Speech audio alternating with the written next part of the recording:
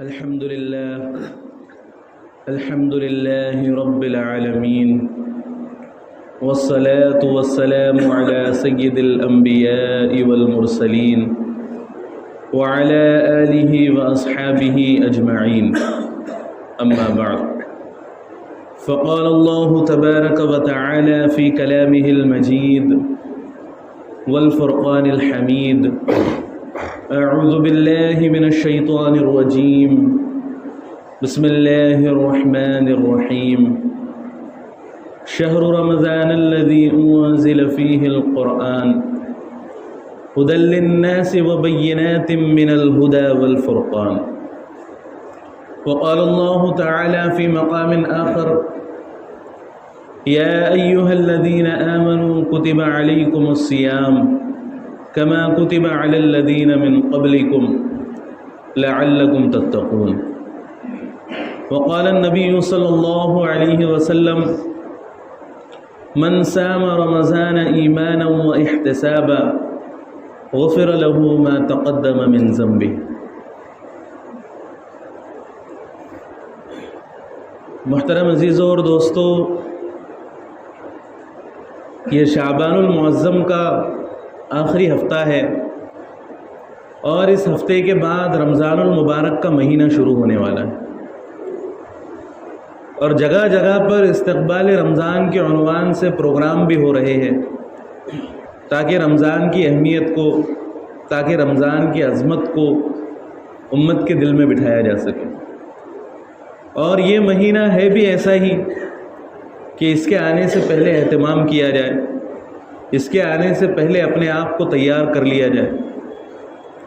خود نبی کریم صلی اللہ علیہ وسلم کا یہ معمول تھا کہ رسول اللہ صلی اللہ علیہ وسلم شعبان کے مہینے میں نہیں بلکہ رجب المرجب کے مہینے میں، رمضان المبارک سے 2 مہینے قبل نبی صلی اللہ علیہ وسلم یہ دعا فرمایا کرتے تھے کہ اللہم بارک لنا فی رجب و شعبان وبلغنا رمضان، کہ اے اللہ رجب اور شعبان کے مہینے میں ہمارے لیے برکت عطا فرما اور ہمیں رمضان المبارک تک پہنچا دے۔ تو 2 مہینے پہلے سے نبی کریم صلی اللہ علیہ وسلم اس کا اہتمام کیا کرتے تھے۔ اور حضرت مغیرہ بن شعبہ رضی اللہ عنہ کی روایت ہے کہ شعبان المعظم کے اخیر میں نبی کریم صلی اللہ علیہ وسلم نے تمام صحابہ کرام کو جمع کیا، اور تمام صحابہ کرام کو جمع فرمانے کے بعد رسول اللہ صلی اللہ علیہ وسلم نے رمضان کی عظمت پر خطبہ دی کہ اے لوگو قد اذلکم فیہ شہر عظیم، کہ تمہارے سامنے ایک بڑا اور عظیم مہینہ آنے والا ہے،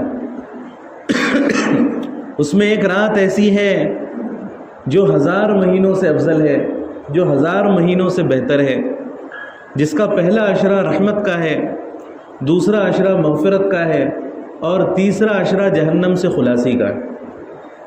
تو نبی کریم صلی اللہ علیہ وسلم خود بہت زیادہ اہتمام کیا کرتے تھے اور پبلک کو ابھارا کرتے تھے کہ تمہارے سامنے رمضان المبارک کا عظیم ترین مہینہ آنے والا، لہٰذا اس بات کی فکر کرو کہ یہ مہینہ کہیں تمہارے ہاتھوں سے ضائع نہ ہو جائے۔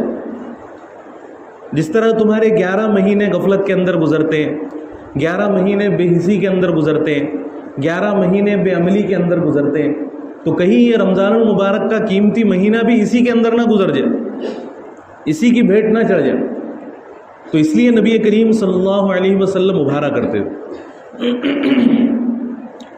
اور خود نبی کریم صلی اللہ علیہ وسلم کی کیا تیاری ہوتی تھی رمضان المبارک کی؟ رمضان المبارک کی تیاری نبی صلی اللہ علیہ وسلم اس طریقے سے فرمایا کرتے تھے کہ آپ شعبان المعظم میں کثرت سے روزے رکھا کرتے تھے، اتنی کثرت سے روزے رکھا کرتے تھے کہ حضرت عائشہ رضی اللہ عنہا فرماتی ہے کہ میں نے نبی صلی اللہ علیہ وسلم کو شعبان سے زیادہ کسی بھی مہینے میں روزے رکھتے ہوئے نہیں دیکھا۔ کثرت سے نبی صلی اللہ علیہ وسلم روزے رکھا کرتے تھے رمضان کے استقبال میں، لیکن امت کو نبی صلی اللہ علیہ وسلم نے منع فرما دیا کہ تم روزے مت رکھا کرو شعبان، یعنی شعبان میں روزے رکھنے کی اجازت تو ہے، لیکن کثرت سے روزے رکھنے سے نبی صلی اللہ علیہ وسلم نے منع فرمایا کہ کہیں ایسا نہ ہو کہ شعبان کے روزے رکھنے کی وجہ سے تمہارے اندر کچھ کمزوری پیدا ہو جائے اور رمضان کے روزوں کے اندر کچھ نہ کچھ کوتاہی ہو جائے۔ اور ہمارے نبی صلی اللہ علیہ وسلم کا معاملہ تو یہ تھا کہ آپ تو مسلسل روزے رکھا کرتے تھے، مسلسل روزے رکھتے تھے۔ ایک جگہ نبی صلی اللہ علیہ وسلم نے فرمایا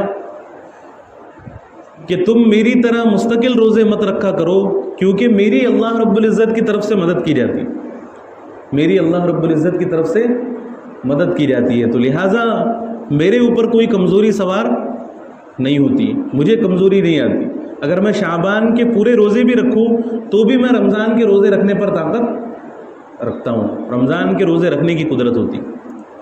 تو استقبال رمضان کا صحیح مفہوم یہ ہے کہ رمضان المبارک کے آنے سے پہلے پہلے اپنے آپ کو عبادتوں کے لیے تیار کر لیا جائے، ایک ذہنی طور پر اپنے آپ کو تیار کر لیا جائے کہ رمضان کا مہینہ آنے والا ہے، رمضان کا مہینہ آنے والا ہے۔ اپنے عزائم مضبوط کر لیے جائے کہ میں رمضان المبارک کا مہینہ کس طریقے سے گزاروں، اس رمضان المبارک سے میں کس طریقے سے فائدہ اٹھاؤں، ہے نا؟ ورنہ ہمارا معاملہ کیا ہوتا ہے کہ رمضان کا مہینہ آنے سے پہلے پہلے ہم کھانے پینے کا شیڈیول طے کرنا شروع کر دیں کہ سحر میں یہ کھائیں گے، افطار میں یہ کھائیں گے۔ رمضان کے آنے سے پہلے پہلے کپڑے خرید لیتے ہیں کہ رمضان میں پھر خریدنے کا موقع نہیں ملے۔ عید کے کپڑے رمضان سے پہلے تیار ہو جاتے، اور پھر رمضان کا مہینہ داخل ہوا تو پھر رمضان کا مہینہ داخل ہونے کے بعد بھی پورا مہینہ ہم عید کی تیاری میں لگ جاتے کہ عید کس طرح منائی جائیں گی، عید میں کیا ہوں گا، کون سے کپڑے لیے جائیں گے، ہے نا؟ کہاں سے کپڑے جلدی ملیں گے۔ بس انہی چیزوں کو ہم رمضان کی تیاری سمجھتے ہیں، حالانکہ رمضان کی تیاری یہ ہے کہ ابھی سے اپنے آپ کو نیکیوں کے اندر ڈالنا شروع کر دیں۔ اگر ہماری نمازیں نہیں ہوتی تو یہ تصور ہمارے ذہنوں میں ہونا چاہیے کہ رمضان المبارک کا مہینہ آنے والا ہے، لہٰذا میں ابھی سے نمازوں کا اہتمام کروں، ابھی سے 5 وقت کی نمازوں کا اپنے آپ کو پابند بناؤں۔ اور جو 5 وقت کی نمازوں کا اہتمام کرنے والا ہے تو وہ یہ سوچے کہ میں نوافل کے اہتمام کی عادت ڈالوں، اشراق کا اہتمام کروں، اوابین کا اہتمام کروں، چاشت کا اہتمام کروں، ہے نا؟ اگر میں قرآن مجید کی تلاوت نہیں کرتا تو میں قرآن مجید کی تلاوت کرنے کی عادت ڈالوں کہ رمضان کا مہینہ آنے والا ہے، ابھی اگر تھوڑی بہت تلاوت کر لوں گا تو آنے والے مہینے میں انشاءاللہ العزیز اور زیادہ تلاوت کرنے کی توفیق ملے گی۔ اور سب سے بڑی چیز اور سب سے بڑا عمل جس سے ہمارے اندر بہت بڑی کوتاہی پائی جاتی ہے وہ یہ ہے کہ اپنے آپ کو ہم گناہوں سے بچانے کی فکر کریں، اپنے آپ کو ہم گناہوں سے بچانے کی فکر کریں۔ عبادت کرنے والے عبادتیں تو کر لیتے ہیں، روزہ رکھنے والے روزہ تو رکھ لیتے ہیں، ہے نا؟ تراویح پڑھنے والے تراویح تو پڑھ لیتے ہیں، صدقہ و خیرات بھی کر لیتے ہیں رمضان المبارک کے مہینے میں، لیکن جہاں اپنے آپ کو گناہوں سے بچانے کی بات آتی ہے تو بہت کم طبقہ ایسا ہے جو اپنے آپ کو گناہوں سے بچا پاتا ہے، جو اپنے آپ کو گناہوں سے بچا پاتا ہے۔ حالانکہ رمضان المبارک کا اصل مقصد کیا ہے؟ رمضان المبارک کا اصل مقصد یہی ہے کہ ہمارے اندر تقویٰ پیدا ہو جائے، اور تقویٰ نام ہے گناہوں کے چھوڑنے کا۔ اللہ تعالیٰ قرآن مجید کے اندر فرماتے ہیں کہ یا ایھا الذین آمنوا کتب علیکم الصیام کما کتب علی الذین من قبلکم، کہ اے ایمان والو تمہارے اوپر روزے فرض کیے گئے جیسا کہ پچھلی امتوں پر بھی فرض کیے گئے، اور ان روزوں کا مقصد کیا ہے؟ لعلکم تتقون، تاکہ تمہارے اندر تقویٰ پیدا ہو، تاکہ تمہارے اندر تقویٰ پیدا ہو، یہی روزے کا مقصد ہے۔ لیکن جو روزے کا مقصد ہے وہی ہم حاصل نہیں کر پاتے، وہی ہم حاصل نہیں کر پاتے۔ تو شعبان المعظم کے مہینے میں اپنے آپ کو ابھی سے گناہوں سے بچانے کی فکر کرو۔ اگر ہمیں فلمیں دیکھنے کی عادت ہے تو ابھی سے اپنے اوپر پابندی لگا دے کہ اب رمضان کا مہینہ آنے والا، اب رمضان المبارک کا مہینہ آنے والا۔ اگر کسی بھی طرح کے گناہ کی عادت ہے، غیبت کرنے کی عادت ہے، چغلیاں کرنے کی عادت ہے، کسی بھی طرح کی کسی بھی گناہ کی اگر ہمارے اندر عادت ہے تو اس گناہ کو ابھی ترک کر دیں کہ اب رمضان کا مہینہ آنے والا ہے تو میں رمضان سے پہلے پہلے صاف ستھرا ہو جاؤں، رمضان سے پہلے پہلے اپنے آپ کو صاف کروں، تاکہ رمضان المبارک کا جو مہینہ ہے وہ صحیح طریقے سے گزر سکے. تو یہ اصل استقبال رمضان کا مفہوم ہے. ہم اس طریقے سے رمضان المبارک کی تیاری کریں اور اپنے آپ کو مضبوط کر لیں کہ انشاءاللہ العزیز میرا روزہ کسی بھی حال میں نہیں چھوٹے گا. رمضان المبارک کی عبادتوں میں سب سے اہم عبادت کون سی ہے؟ روزہ. لیکن یہ بھی دیکھنے میں آتا ہے کہ بہت سارے لوگ روزہ چھوڑ دیتے ہے نا، حالانکہ اتنی کوئی مشکل عبادت نہیں ہے. مشکل ہے لیکن اگر انسان ہمت کر لے تو پھر اس کے لیے کچھ بھی مشکل نہیں ہے. لیکن اگر کوئی انسان یہ طے کر کے بیٹھ جائے کہ مجھے تو روزہ رکھنا ہی نہیں ہے، تو پھر چاہے سردی کے روزے ہو، پھر چاہے برف گر رہی ہو باہر، تو پھر بھی روزہ رکھنے کی توفیق نہیں ہوں گی. وہ کوئی نہ کوئی بہانہ اپنے لیے تلاش کر ہی لے گا. لیکن اگر انسان ہمت کر لے، اپنے اندر مضبوطی پیدا کر لے کہ کچھ بھی ہو جائے اس رمضان کے روزے تو مجھے ہر حال میں رکھنا ہے، اس رمضان کے روزے مجھے کسی بھی حال میں نہیں چھوڑنا ہے، تو انشاءاللہ العزیز روزے رکھنے کی توفیق بھی ملے گی اور روزے رکھنا ہمارے لیے آسان بھی ہوگا، ہے نا. روزے رکھنے سے ہماری صحت درست ہوتی. اللہ کے نبی صلی اللہ علیہ وسلم کا فرمان ہے صوموا تصحوا، کہ روزہ رکھو اور صحت کو اپنی زندگی میں داخل کرو. روزہ رکھو اور صحت کو اپنی زندگی میں داخل کرو. آج جتنے بھی بیمار ہمیں نظر آتے ہیں تو وہ بیمار کھانا چھوڑنے کی وجہ سے نہیں ہے، بلکہ زیادہ کھانا کھانے کی وجہ سے بیمار ہے نا. کوئی شوگر کا مریض ہے تو میٹھی چیزیں زیادہ کھانے کی وجہ سے، ہر کوئی ایسیڈیٹی کا مریض ہے نا، کوئی بلڈ پریشر کا مریض ہے. جتنی بھی بیماریاں ہمارے معاشرے کے اندر نظر آ رہی ہے، ایک دواخانے کے اندر ہم جائیں، چکر لگائیں، وہاں پر جا کر دیکھیں تو جتنے بھی مریض ہیں تو اس میں سے اکثر مریض ہم کو ایسے ملیں گے جو کھانا کھانے کی وجہ سے بیمار ہو. کوئی بھی مریض ایسا نہیں ملے گا جو بھوکا رہنے کی وجہ سے بیمار ہوا. بھوکا رہنے کی وجہ سے تو بیماریاں ختم ہو جاتی، انسان کی باڈی ریفریش ہو جاتی بھوکا رہنے کی وجہ سے. ایک عیسائی طبیب مامون رشید کے دربار میں آیا اور اس نے کہا کہ تم کہتے ہو کہ قرآن مجید میں ہر چیز موجود ہے، تو مجھے یہ بتاؤ کہ علم طب کے بارے میں قرآن مجید کے اندر کیا، ڈاکٹری کے علم کے بارے میں قرآن مجید کے اندر کیا. تو مامون رشید نے ایک عالم دین کی طرف اشارہ کیا اور کہا کہ آپ ان کو جواب دیجیے. تو ان عالم دین نے کہا کہ قرآن مجید میں علم طب کے بارے میں اللہ تعالیٰ کا فرمان ہے کہ کلوا واشربوا ولا تسرفوا، کہ کھاؤ پیو اور حد سے تجاوز نہ کرو. کھاؤ پیو اور حد سے تجاوز نہ کرو، یعنی کھانے پینے میں احتیاط سے کام لو، حد سے آگے مت بڑھو. تو وہ عیسائی طبیب کہنے لگا کہ اللہ تعالیٰ نے اس ایک چھوٹے سے ٹکڑے کے اندر 1/3 علم طب کو جمع فرما دیا، 1/3 علم طب کو جمع فرما دیا، کیونکہ ساری بیماریوں کی شروعات تو وہی سے ہوتی. کھانے پینے میں بے احتیاطی ہوئی اور وہاں سے کوئی نہ کوئی بیماری انسان کے جسم میں پیدا ہونا شروع ہو جاتی. اگر اس کے اوپر انسان کنٹرول کر لے تو تمام جسمانی بیماریوں سے محفوظ ہو جائے. تو انسان اگر روزوں کی عادت ڈال لے، روزے رکھنا شروع کر دے، تو پھر وہ بہت بڑی بڑی بیماریوں سے محفوظ ہو جاتا، بہت بڑی بڑی بیماریوں سے اس کی حفاظت ہو جاتی. ایک بادشاہ نے رسول اللہ صلی اللہ علیہ وسلم کے پاس ایک تحفہ بھیجنے کا ارادہ کیا. اب اس نے سوچا کہ ایسا کون سا نیا تحفہ بھیجوں جو کوئی کسی کو نہیں بھیجتا. تو اس کے ذہن میں یہ بات آئی کہ رسول اللہ صلی اللہ علیہ وسلم اور ان کے ساتھی بیمار تو ہوتے ہوں گے، اور آج کے زمانے میں طبیبوں کی قلت ہے، ڈاکٹروں کی قلت. تو اس نے سوچا کہ میں آپ کے پاس ایک حکیم کو بھیجتا ہوں. اب اس نے ایک حکیم کو بھیجا مدینہ المنورہ میں. اب وہ حکیم انتظار میں ہے کہ میرے پاس کوئی بیمار آئے، اس کا علاج کروں. لیکن کئی مہینے گزر گئے، اس کے پاس کوئی بیمار پہنچا ہی نہیں، اس کے پاس کوئی بیمار آیا ہی نہیں. تو وہ نبی صلی اللہ علیہ وسلم کے پاس آیا اور کہا کہ یا رسول اللہ صلی اللہ علیہ وسلم، میں تو آپ لوگوں کا علاج کرنے کے لیے آیا تھا، لیکن میرے پاس کوئی بیماری نہیں آتا، کیا معاملہ ہے؟ کہ لوگ مجھ سے بدگمان ہیں، لوگ مجھ سے بدظن ہیں، مجھ سے اپنا علاج نہیں کرانا چاہتے. تو نبی صلی اللہ علیہ وسلم نے فرمایا کہ اصل معاملہ یہ ہے کہ یہ لوگ بیمار ہوتے ہی نہیں، اور اس کی وجہ یہ ہے کہ یہ لوگ اس وقت تک کھانا نہیں کھاتے جب تک کہ بھرپور بھوک نہ لگ جائے. یہ لوگ اس وقت تک کھانا نہیں کھاتے جب تک کہ بھرپور بھوک نہ لگ جائے، اور تھوڑی بہت بھوک جب باقی رہتی ہے تو اس وقت اپنا ہاتھ کھانے سے روک لیتے. تو ان کے اس عمل کی وجہ سے کوئی بیماری ان کے قریب بھی نہیں آتی، ہمیشہ صحت مند رہتے.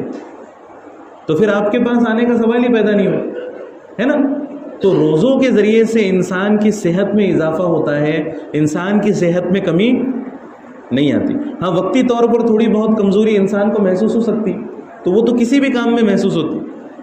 ایک باڈی بلڈر جب جم کرنے کے لیے جاتا ہے، ورزش کرتا ہے، تو وہ بھی اپنے آپ کو وقتی طور پہ تھوڑی سی کمزوری محسوس کرتا ہے اپنے جسم میں. لیکن اس کا مطلب یہ نہیں ہے کہ وہ کمزور ہو رہا ہے، اس کا مطلب یہ ہے کہ اور زیادہ اس کے اندر مضبوطی آ رہی ہے.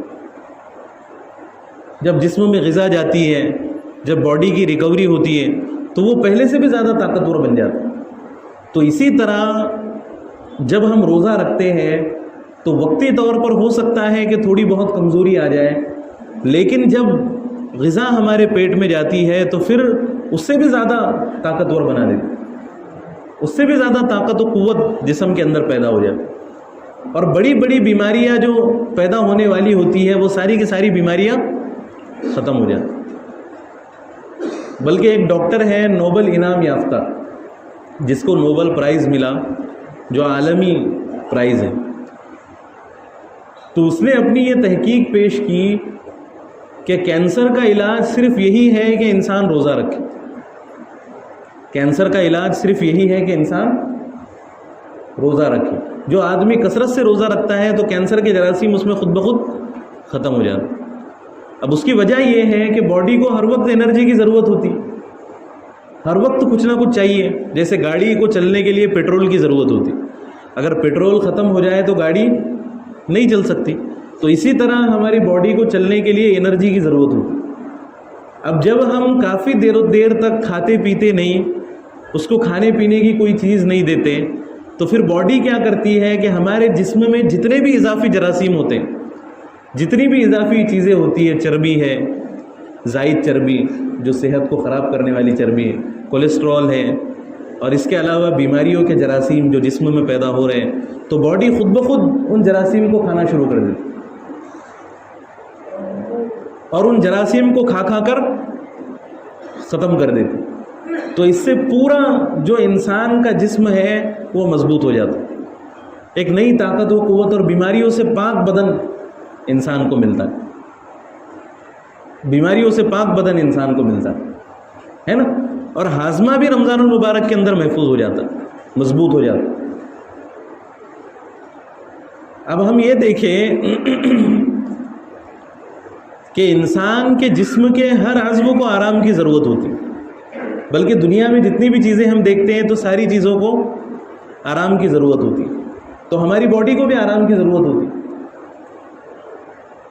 لیکن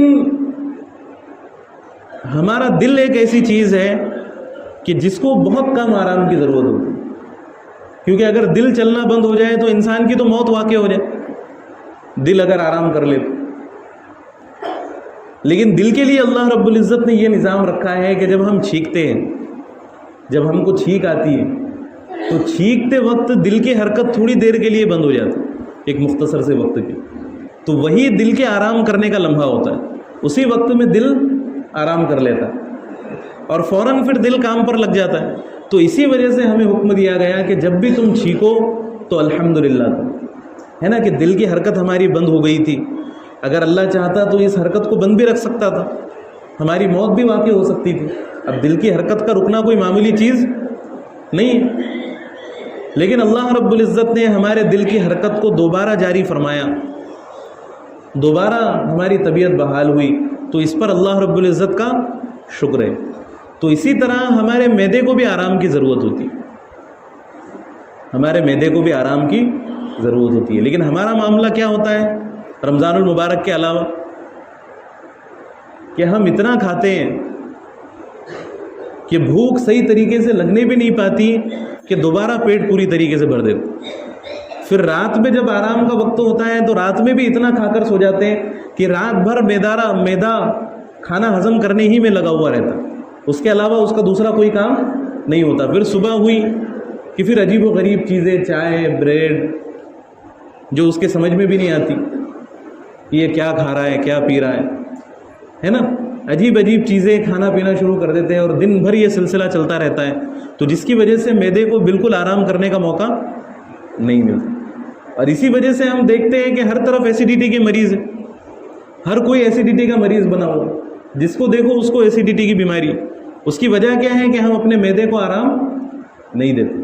لیکن رمضان المبارک کے مہینے میں جب ہم روزہ رکھتے ہیں تو روزہ رکھنے کی وجہ سے ہمارے معدے کو بھرپور آرام ملتا.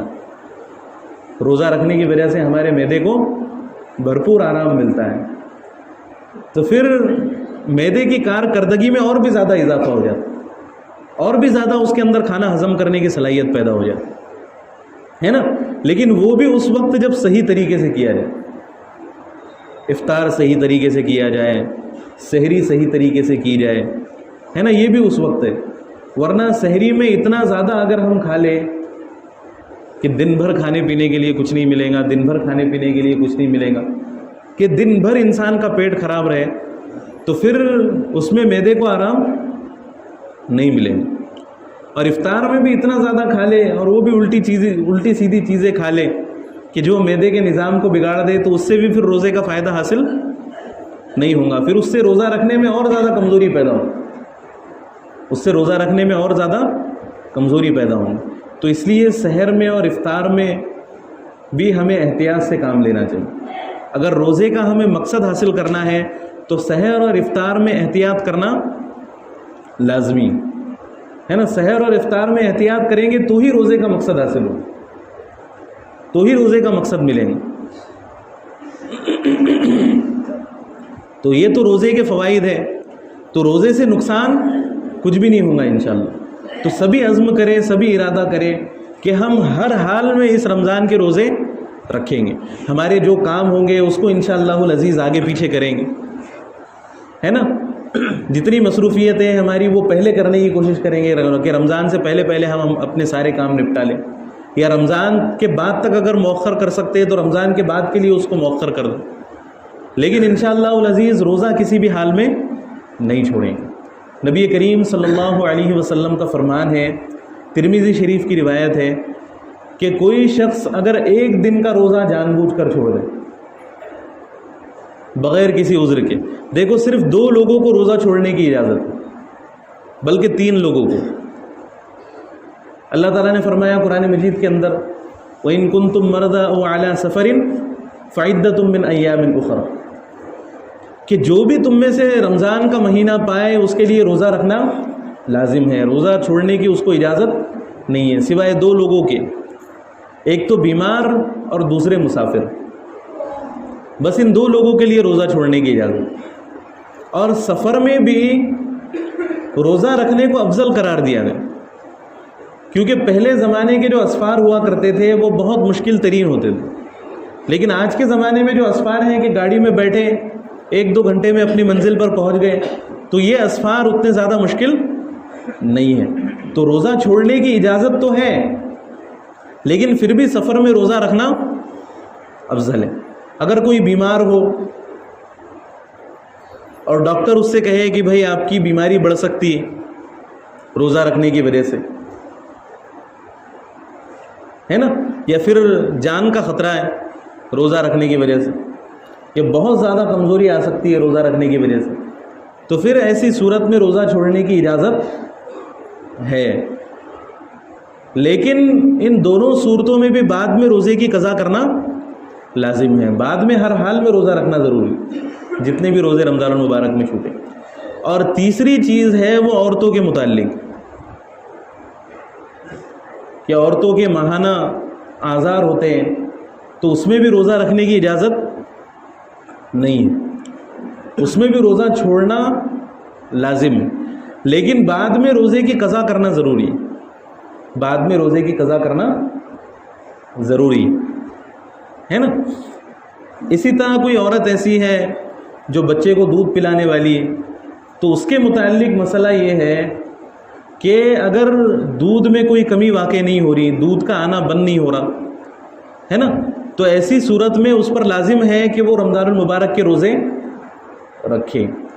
لیکن اگر دودھ آنا بند ہو جائے یا پھر دوسری طرح کی کوئی کمزوری اس کے اندر پیدا ہو جائے تو پھر اس کے لیے بھی اجازت ہے کہ وہ روزہ چھوڑ سکتی ہے، پھر وہ بیمار کے حکم میں، لیکن بعد میں روزے کی قضا کرنا لازم ہے.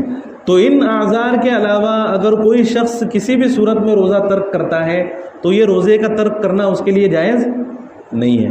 نبی کریم صلی اللہ علیہ وسلم نے فرمایا کہ جو شخص جان بوجھ کر روزہ چھوڑ دے تو وہ اگر رمضان کے گزرنے کے بعد پوری زندگی کے بھی روزے رکھ لے، اس کی 60 سال کی عمر ہے، 70 سال کی عمر ہے، پوری زندگی بھی اگر روزے کے اندر گزار دے تو اس ایک روزے کی تلافی نہیں ہو سکتی، اس ایک روزے کی تلافی نہیں ہو سکتی. اتنی زیادہ اہمیت ہے رمضان المبارک کے روزے کی، اتنی زیادہ اہمیت. اور روزے کے متعلق ایک حدیث قدسی میں اللہ تعالیٰ کا فرمان ہے کہ الصوم لی وانا اجزی بہ، کہ روزہ جو ہے وہ میرے لیے ہوتا ہے. روزے کی عبادت کس کے لیے؟ میرے لیے. وانا اجزی بہ، اور اس کا بدلہ میں بذات خود دوں گا، اس کا بدلہ میں بذات خود دوں گا. اس کی وجہ کیا ہے کہ انسان کوئی بھی عبادت کرتا ہے تو اس میں ریاکاری کا احتمال ہوتا ہے. نماز پڑھ رہا ہے تو ہو سکتا ہے کہ کسی کو دکھانے کے لیے، زکوٰۃ دے رہا ہے تو ہو سکتا ہے کہ کسی کو دکھانے کے لیے، حج کر رہا ہے تو ہو سکتا ہے کسی کو دکھانے کے لیے. لیکن جب انسان روزہ رکھتا ہے تو روزہ اس کے اور اللہ کے درمیان کا معاملہ. اب وہ کئی چپکے سے اگر پانی پی لے تو کس کو پتہ چلے، کئی چپکے سے اگر ایک دو لقمے کھا لے تو کس کو پتہ چلے، نہیں پتہ چلے. لیکن کون سی چیز روکتی ہے؟ اللہ رب العزت کا ڈر روکتا ہے کہ اگر کوئی نہیں بھی دیکھ رہا تو اللہ رب العزت تو مجھے دیکھ رہے ہیں، اللہ تعالیٰ تو مجھے دیکھ رہے ہیں، تو اس لیے وہ اپنے آپ کو روک لیتا ہے. تو روزہ صرف اور صرف بندے اور اللہ کے درمیان ہوتا ہے. تو اللہ تعالیٰ فرماتے ہیں کہ میں خود اس کا بدلہ دوں گا، روزے کا بدلہ میں خود دوں گا.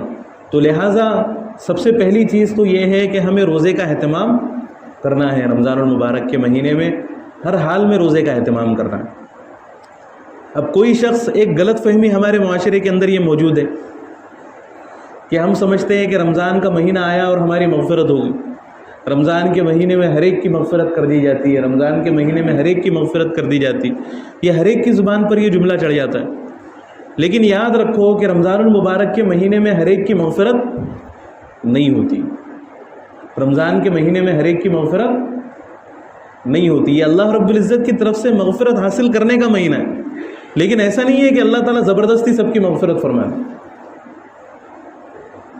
دیکھو، گورنمنٹ کی طرف سے کوئی اسکیم آتی ہے کہ گورنمنٹ سلائی مشین تقسیم کر رہی ہے یا گورنمنٹ سائیکلیں تقسیم کر رہی ہے، لیپ ٹاپ تقسیم کر رہی ہے، تو اس کے کچھ اصول ہوتے ہیں، اس کی کچھ شرائط ہوتی ہے کہ جو لوگ اس کے دعوے دار ہیں تو ان کے پاس آدھار کارڈ کا ہونا ضروری، الیکشن کارڈ کا ہونا ضروری ہے، فلاں کارڈ کا ہونا ضروری. اگر اس میں سے ایک بھی چیز نہیں ہے تو وہ اسکیم میں داخل نہیں ہوتا، پھر نہ اس کو سلائی مشین ملیں گی نہ کوئی چیز ملے گی. تو اسی طرح رمضان المبارک کا جو مہینہ ہے یہ اللہ رب العزت کی طرف سے مغفرت کی اسکیم، لیکن اس کی بھی کچھ شرائط ہے کہ یہ چیزیں جس بندے کے پاس ہوں گی میں اس کی مغفرت کر دوں گا. اب اس میں سب سے پہلی چیز کیا ہے؟ روزے رکھنا ہے نا. جو شخص فرائض کا اہتمام کر لے رمضان کے مہینے میں اور گناہوں سے اپنے آپ کو بچا لے تو پھر اللہ رب العزت رمضان کے اندر اس کی مغفرت فرما دیتے ہیں. لیکن کوئی آدمی سوچے کہ میں رمضان کے روزے بھی چھوڑتا رہوں، رمضان کے روزے بھی نہ رکھو. یاد رکھو، اگر ایک روزہ بھی ہم نے جان بوجھ کر چھوڑ دیا، ایک روزہ بھی ہم نے جان بوجھ کر ترک کر دیا تو ہم اللہ کی مغفرت کی لسٹ سے نکل گئے. ایسا نہیں ہے کہ منمانی کرتے رہو اور اللہ تعالیٰ ہماری مغفرت کر دیں گے رمضان کے مہینے. ایک نماز، ایک فرض نماز بھی اگر ہم نے جان بوجھ کر چھوڑ دی تو ہم اللہ کی مغفرت کی لسٹ سے نکل گئے، اللہ کی مغفرت کی لسٹ سے خارج ہو گئے. کیونکہ ایسے لوگوں کے لیے مغفرت کا وعدہ نہیں ہے، بلکہ ایسے لوگوں کے لیے تو نبی صلی اللہ علیہ وسلم کی بد دعا ہے. نبی صلی اللہ علیہ وسلم نے فرمایا، ایک مشہور حدیث ہے کہ نبی صلی اللہ علیہ وسلم ایک مرتبہ ممبر پر چڑھے، آپ نے 3 مرتبہ آمین کہا. صحابہ نے پوچھا کہ یا رسول اللہ کیا معاملہ ہے؟ تو نبی صلی اللہ علیہ وسلم نے فرمایا کہ میرے پاس جبریل علیہ السلام آئے تھے اور انہوں نے آ کر کہا کہ ہلاک ہو جائے وہ شخص جو رمضان المبارک کا مہینہ پائے اور رمضان المبارک میں اپنی مغفرت نہ کروا سکے.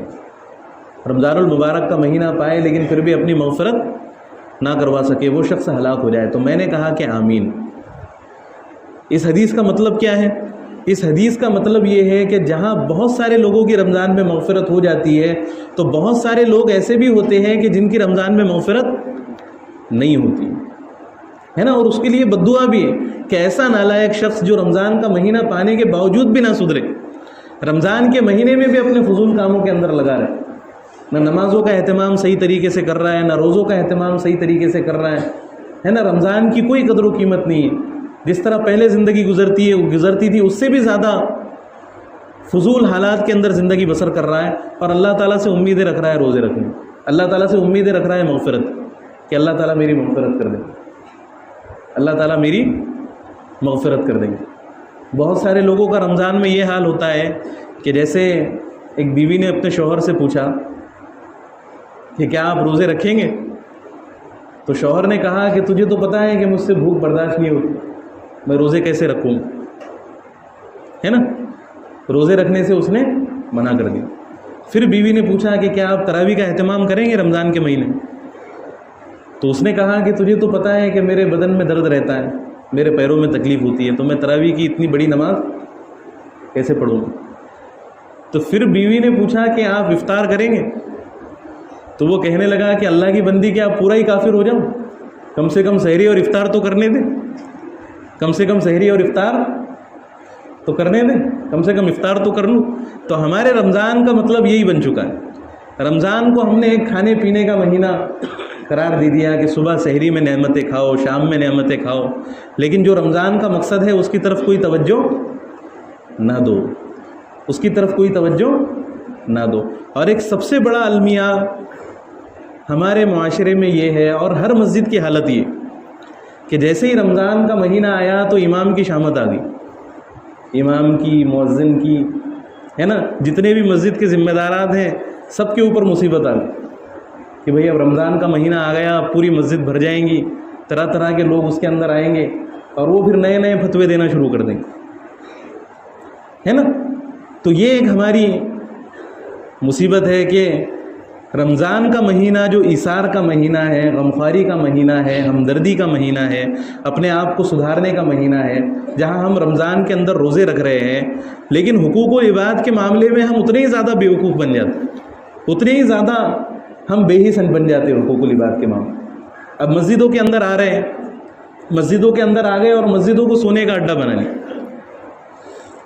ہے نا، مسجدوں کے اندر سونا شروع کر دیا. حالانکہ مسجدیں کس کی جگہ ہیں؟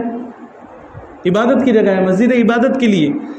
اور پھر چلو تھوڑی دیر انسان آرام کر لے تو کوئی حرج نہیں ہے، عبادت کے ساتھ اگر تھوڑی دیر آرام کر بھی لے، لیکن پھر اس کے بعد میں ایک دوسرے کی غیبت ہے، وہ ایسا کر رہا ہے، یہ ایسا کر رہا ہے، وہ اس کی غیبتوں میں لگا ہوا ہے، یہ اس کی غیبتوں میں لگا ہوا ہے، یہ اس کی چگلیوں میں لگا ہوا ہے، وہ اس کی چگلیوں میں لگا ہوا ہے، کوئی کسی کے اوپر غصہ کر رہا ہے، کوئی کسی کے اوپر غصہ کر رہا ہے نا. مسجدوں کے اندر خاص طور سے یہ ماحول بن جاتا ہے. اور ایک مسجد کا معاملہ نہیں، ابھی بہت سارے لوگوں سے میری ملاقات ہوئی تو ان کے دل میں ایک ڈر دیکھنے کو ملا کہ بھئی رمضان کا مہینہ آنے والا ہے، اب مصیبت آئیں گی، ہے نا. حالانکہ رمضان کا مہینہ، اس مہینے میں تو ہم کو متقی بننا چاہیے، اس مہینے میں تو ہمارے دلوں میں ایک دوسرے کی محبت پیدا ہونا چاہیے کہ بھئی میں ایثار کا معاملہ کروں، ہمدردی کا معاملہ کروں، محبت کے ساتھ، حسن سلوک کے ساتھ ایک دوسرے سے پیش آؤں. نبی صلی اللہ علیہ وسلم نے فرمایا کہ رمضان کے مہینے میں کوئی تم سے اگر جھگڑا بھی کرے تو اس سے کہو کہ میرا روزہ ہے، اس سے کیا کہو کہ میرا روزہ ہے. لیکن ہمارا معاملہ الٹا ہے کہ ہم جھگڑے کرنے کے لیے تیار ہو جاتے کہ اب تو ہم نے روزہ ہی رکھ لی، اب تو پوری امت پر ہمارا احسان ہے نا. تو یہ بات ذہن میں رکھے کہ اس سے روزے کا مقصد حاصل نہیں ہوگا. اس سے کیا ہوگا پھر؟ اور اس سے ہم اس وعید کے اندر داخل ہو. اب پورا رمضان ہمارا لوگوں کو ستانے میں گزر گیا. کوئی نئے نمازی آئے تو جو پرانے نمازی ہیں وہ ان کا مذاق اڑا رہے کہ دیکھو عید کا چاند آ گیا، یہ ہے رمضانی مسلمان، ہے نا. وہ ان کا دل دکھانے میں لگے ہوئے. اور پھر جب نئے جو نمازی ہے وہ جوش میں آ گئے تو پرانے نمازی بھاگ گئے مسجد سے باہر، جب وہ جوش میں آئے تو، ہے نا؟ تو یہ ایسا معاملہ چل رہا ہوتا ہے مساجد میں. تو ان چیزوں سے اپنے آپ کو بچانے کی کوشش کرے، ان چیزوں سے پرہیز کرے. یہ رمضان کو ختم کرنے والی چیزیں، یہ نبی صلی اللہ علیہ وسلم کی بددعا میں شامل کرنے والی چیزیں، یہ رمضان المبارک کی قدر و قیمت نہیں ہے. یہ ہونا چاہیے رمضان میں ہمارا ارادہ کہ ہماری ذات سے رمضان کے مہینے میں کم سے کم کسی کو تکلیف نہ پہنچے، بھلے ہی ہم سوتے پڑے رہے گھر میں، ہے نا، بھلے ہی ہم روزہ رکھ لے، فرائض کا اہتمام کر لے، لیکن دوسروں کی غیبتیں کرنے سے اچھا، دوسروں کو تکلیفیں پہنچانے سے اچھا، دوسروں کو ستانے سے اچھا یہ ہے کہ ہم رمضان میں اپنے گھروں میں آرام کریں، فرائض کا اہتمام اور گناہوں کو چھوڑنے کے بعد، ہے نا. تو یہ معاملہ ہونا چاہیے. یہ بات بیان نہیں کی جاتی اکثر، لیکن یہ سب سے بڑی کوتاہی ہے ہماری. اس سے ہمارے رمضان ضائع ہوتے ہیں. روزہ رکھنے والے روزے بھی رکھ لیتے ہیں، تراویح پڑھنے والے تراویح بھی پڑھ لیتے ہیں، لیکن یہ کام کے بارے میں کوئی نہیں سوچتا کہ میری ذات سے کتنے لوگوں کو تکلیف پہنچے، میں کتنے لوگوں کی غیبتیں کر رہا ہوں. ایک آخری حدیث سنا کر بیان ختم کرتا ہوں. نبی صلی اللہ علیہ وسلم نے فرمایا کہ جو شخص اپنے آپ کو روزے کی حالت میں گناہوں سے نہیں بچا سکتا تو اللہ رب العزت کو اس کے بھوکا اور پیاسا رہنے کی کوئی حاجت نہیں ہے. اللہ تعالیٰ کو اس کے بھوکا اور پیاسا رہنے سے کوئی مطلب نہیں ہے، ہے نا. تو اس لیے اپنے روزے کو بچاؤ، اپنے روزے کو اور رمضان المبارک کے مہینے کو بچاؤ. اب یہ کچھ جامع باتیں آپ حضرات کی خدمت میں عرض کی گئی. بہت ساری باتیں ویسے تو عرض کرنے کی تھی، لیکن وقت کا بھی تقاضا ہے، وقت کی بھی قلت ہے. اگر اتنی ہی باتوں پر ہم عمل کر لیں تو یہ ہمارے لیے کافی ہے. اللہ تعالیٰ ہم سب کو سمجھنے کے، عمل کرنے کی توفیق عطا فرمائے.